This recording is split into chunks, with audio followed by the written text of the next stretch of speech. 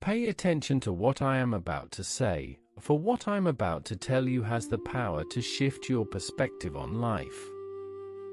In a world that constantly screams for attention, where complexity and noise seem to reign supreme, it's easy to overlook the profound beauty of simplicity.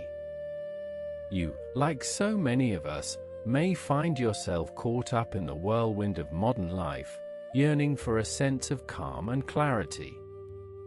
But what if I told you that the key to unlocking this serenity lies not in adding more to your life, but in subtracting? As you ponder this idea, I invite you to reflect on your own experiences.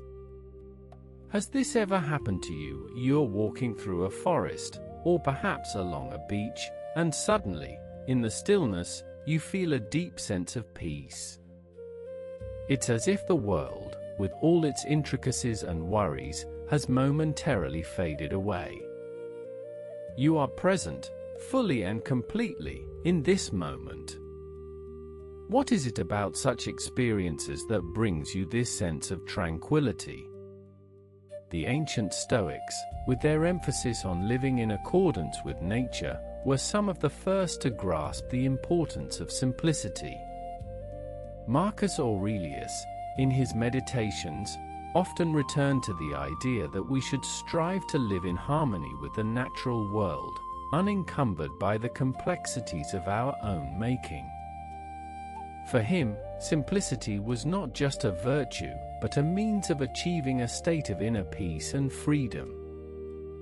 He wrote, "The impediment to action advances action. What stands in the way becomes the way." Here, Aurelius points to the paradoxical nature of simplicity. By letting go of our attachments and distractions, we can actually gain more clarity, more focus, and more peace. But this idea didn't originate with the Stoics. Heraclitus, one of the pre-Socratic Greeks, noted that the way up and the way down are one and the same. He saw the world as an interconnected whole, where opposites are not mutually exclusive, but intertwined. And it's here, in this holistic perspective, that we begin to see the beauty of simplicity. By embracing the simple, we can transcend the artificial dichotomies that often plague our lives. As you consider this, pause for a moment. Think about the most complicated, stressful periods of your life. What was at the root of that stress? Was it not the sheer complexity of your situation, the multitude of demands on your time and attention? Now, imagine stripping away some of that complexity. What would you have done differently? How would you have felt? The Epicureans, another Hellenistic school, took simplicity to be a fundamental aspect of their philosophy. For them, the goal of life was to attain happiness, but not in the way you might think. They didn't advocate for indulgence or excess, but rather for living modestly, surrounded by friends, and free from physical pain and mental distress. Epicurus himself wrote, "Not what we have, but what we enjoy, constitutes our happiness." Here, we see that simplicity is not just about subtracting, but also about appreciating what we already have. This is important, for it's a crucial distinction. The Epicureans weren't advocating for a life of asceticism or deprivation. Rather, they encouraged living simply, so that one might live more fully. This is a subtle but important difference. It's not about denying ourselves pleasure or comfort, but about being mindful of what truly brings us joy. As the centuries passed, this idea continued to evolve. In the modern era, thinkers like Montaigne and Pascal grappled with the human condition, often returning to the importance of simplicity. Montaigne, in his essays, frequently questioned the value of complexity, suggesting that we often make life more difficult than it needs to be. Pascal, with his concept of distraction, noted that we frequently turn to complicated, even painful, activities to avoid the simplicity of our own thoughts. Here is where it changes. In today's world, we're constantly bombarded with distractions. Our technology, while offering unprecedented access to information and connection, also presents a formidable challenge to simplicity. Think about your own relationship with technology. How often do you find yourself mindlessly scrolling through social media, or caught up in the endless stream of notifications? What would happen if you were to simplify your digital life?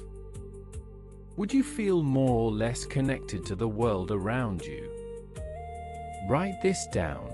The next time you feel overwhelmed, take a step back and assess your situation. What are the essential elements that you need to focus on? What can you let go of? In this exercise, you'll begin to see that simplicity is not just a philosophical concept, but a practical tool for living. The Cynics, a school of thought that emerged in ancient Greece, took simplicity to an extreme. They rejected the conventions of society, advocating for a life lived in accordance with nature, without the trappings of civilization. While their approach may seem radical, it highlights the importance of questioning our assumptions about what we need to live a fulfilling life. As you reflect on your own life, I encourage you to consider the role of simplicity in your relationships, your work, and your personal growth. How can you apply the principles of simplicity to create a more balanced, more meaningful life? What relationships in your life are truly nourishing, and which ones drain your energy? What aspects of your work or daily routine can you simplify to make space for more creativity, more connection, and more joy? If this helped you think differently, subscribe and bring a friend, and you'd like to explore more ideas like this, I invite you to subscribe to The Quiet Mind. We regularly delve into the depths of philosophy, psychology, and spirituality, always with the goal of helping you cultivate a more thoughtful, more intentional approach to life. As we come to the close of our reflection, I want to leave you with a powerful question. What would your life be like if you were to strip away the unnecessary and focus on the essential? Not in some drastic, austere way, but in a gentle, compassionate manner. What would you discover about yourself, about the world around you, and about the very nature of happiness? Which of these lessons resonated most with you today? Comment below. I read every single one. And as you ponder this question, I invite you to take a moment of silence, to breathe deeply, and to listen to the quiet whispers of your own heart. For it is there, in the stillness, that you'll find the profound beauty of simplicity waiting to be revealed.